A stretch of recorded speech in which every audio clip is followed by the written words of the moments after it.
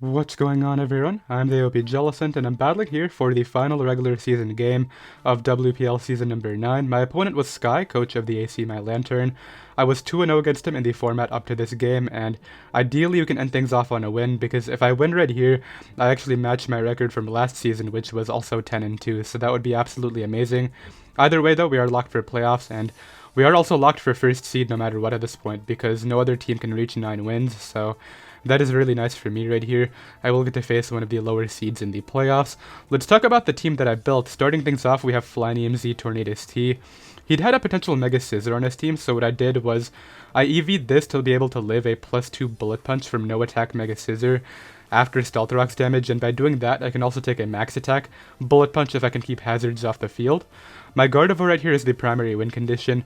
I never actually got to use a Trick Room Gardevoir this entire season, so I opted to bring that to this game. It is a Trick Room win condition. He has no Fairy Resist on his team. It was actually Berry just because Mega Scissor was the one thing stopping it with Bullet Punch, so I could take the hit even after the Trick Room goes up because he would out-prioritize me, right? So that's great. We have the Roserade right here, which is Choice Scarf. It's able to beat the Komodo after a Dragon Dance because I do carry Dazzling Gleam. My Hazard Core right here is a bulky Mega Tyranitar with Stealth Rocks and a bulky Forretress with Spikes. Forretress is my main check to Pokemon like Chinchino as well as the Landorus T, so that is an absolutely vital Pokemon. And then finally, I actually have a Salt Vest Keldeo right here, which I do carry the Aqua Jet for. If my Fortress ends up getting really weakened due to taking on the Chinchino, what I can do is use Aqua Jet to beat the Landorus after a Rock Polish in case it's in range, so that should be able to help me out right here. I also have EVs to be able to live a Z extra sensory from the Greninja, so that's really nice. And yeah, let's see what went down. I'm going to lead off with my Choice Scarf Roserade against a Tapu Fini, and right off the bat, predicting him to want to go out into the Komodo, I just fired off the Dazzling Gleam right away. Normally I wouldn't make that sort of play, but because I would be locked into whatever move I clicked, if the Komodo actually came in on, say, like a Leaf Storm or Sludge Bomb, I would have actually allowed it to get 2 Dragon Dances up, and that would have put me in a horrible position, so I opted to make the offensive play right away. I don't necessarily agree with the Komodo play on his end right away. I definitely would have just pivoted into something like Lando to take the hit, or maybe even Piloswine.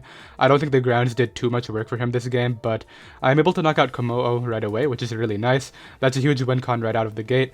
Gone, and what I can do right here is Dazzling Gleam this as well. He goes for the Ice Punch, which is able to do a lot just because it is a physical move, but what I can do is just go for Dazzling Gleam again. I could have switched out. The Piloswine was pretty obvious after I went for the Scarf Dazzling Gleam, but I figured that damage on it was fine anyway because it does help out stuff like Tornadus and Mega Tyranitar. Right here, I'm going to bring out my Fortress as he goes right for hazards. That's perfectly okay. What I can do is just spin these away. I still have my 50 Berry right now, but as you guys are going to see, he just ends up going right for the knockoff, so that's a bit annoying.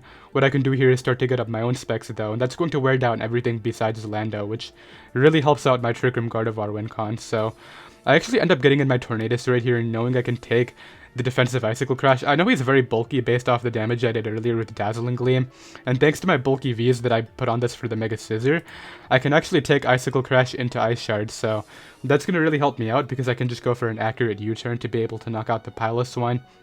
And what I can do here is once again just bring out my Choice Scarf Roserade. He actually ends up doubling into the Tapu Fini, I guess maybe anticipating my Fortress to come in right now, but I just go right for the Leaf Storm because if I Leaf Storm into Lando, that's the damage I need for Gardevoir, so this turn, Chinchino is going to come in on an eject button, but what I can do is just switch in my counter, being the Fortress. He does go right for Rock Blast, maybe trying to catch Torn, but what I can do right here is get in my Fortress very safely. That's going to help me out a lot. Lando comes in right here, but this is fine. Like, this Gyro Ball damage is all I need for that Moonblast, so I'm very okay with this. I will just go ahead and hit it up again, and that's a Moonblaster range no matter what, so he's going to be able to bring in the Greninja. I go Tornadus this turn, just because I figured maybe keeping Fortress would be good against Chinchino, in case it could lock Tail Slap with like a Choice Scarf variant a late game. Say I play my Mega Tyranitar horribly, so I go Tornadus right here as it brings in the Grand. That is able to work out for him. He's able to knock me out right here with the Ice Punch, but that's totally fine. I don't know if he has Gunk Shot yet, so I go out into my Keldeo to be able to knock it out with the Surf, and this is going to invite on the Chinchino. I know he's going to have the Skill Link Bullet Seed, but this is like the perfect opportunity for me to just set up my Trick Room Gardevoir and be able to win the game, so I'm going to let him knock me out right here. And then finally what I can do is just bring in Gardevoir. If Trick Room goes up, the game is over. He's just going to go ahead and knock off my Berry, so he's going to see some tech in case we do battle in the playoffs, which I mean, I'm sure he knows that was for the Mega Scissor, but what I can do right here is just Moonblast him down. He will be going out into this, then sack off the Tapu Fini, but it is not going to make any difference right here. I can just go ahead and Moonblast him one last time right here, and that will be the 10-2 season for us. So we finished with the same record as last season, which I will definitely take. We do finish first overall seed, and I guess we'll talk about playoffs, because we finished the first seed, and by beating Sky right here, we actually knocked him down to 8th seed, so he's actually our first round playoff opponent. Kind of a shame, because I did reveal a lot of my tech and best prep for this game, but no worries, I think I can beat Sky again, because I am 3-0 against him in the format, so ideally we can go ahead and do that next week for round 1 of the playoffs. I haven't won a WPL playoff game since I won Season 4 finals, so I would definitely love to win one before the end of the generation next week, so let's see how that goes, and yeah, I'll see you guys then. Later.